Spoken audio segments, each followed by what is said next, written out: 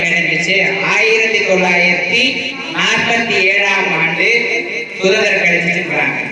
சரி, சுதந்திரம் கிடைச்சோடனே நம்ம சட்டத்தை நாமளே தனியா போட பிரிட்டிஷ்காரன் வகுத்து வச்சிருந்தான் ஒரு அரசியலமைப்பு சட்டத்தை. சரி, நம்ம சுதந்திரம் வாங்கிட்டு அதே தான் செயல்பட்டோம். அவன் என்ன ஆட்சி செஞ்சு போனாலும் பிரிட்டிஷ்காரன் நம்ம அதே தான் செயல்படுத்தி 1950ஆம் ஆண்டு நம்ம குடியரசு தினத்தை கொண்டாடு. ஏன்னா 10-18 அப்பதான் நமக்கு ஜனநாயகத்தை ஏற்றணும். எப்படி ஏற்றணும்னா டாக்டர் அம்பேத்கர் அவர்கள் 2 வருடம் 11 மாதம் 8 நாட்கள் ஆச்சு நம்ம சட்ட புத்தகத்தை வடிவமைக்கிறதுக்கு எடுத்துக்கொண்டு காலம். சட்ட பதிவேடு சட்ட புக்குன்னு சொல்லுங்க, அந்த சட்டத்தை வகுத்தவரை அவர் அம்பேத்கர்.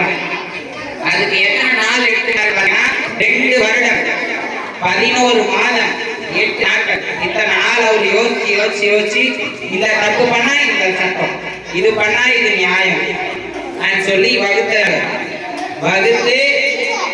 ஜனவரி 26 10-18 10 மணி 18 நிமிஷம் அப்போ நம்ம ஜனநாயகத்தை பிரிட்டிஷ்காரங்க சட்டத்தை உதவி தள்ளிட்டு நம்ம தனியா ஏற்றுதான் ஜனவரி 26.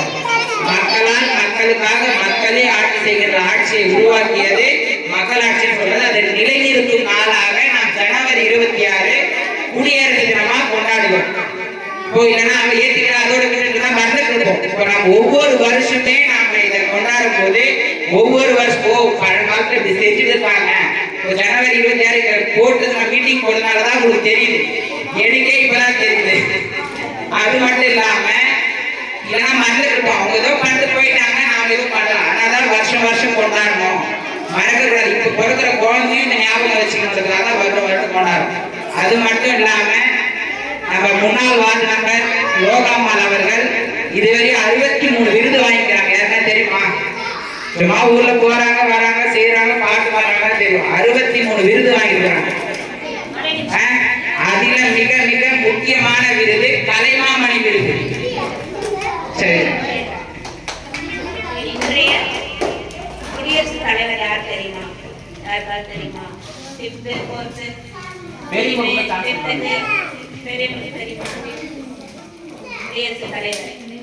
குடியரசுத் தலைவர் ஒரு வீர பெண்மணி.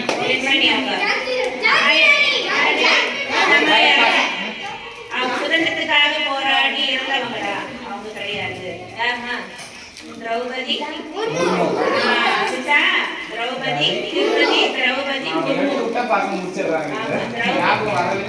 வச்சுக்கோங்க. குடியரசுத் தலைவர்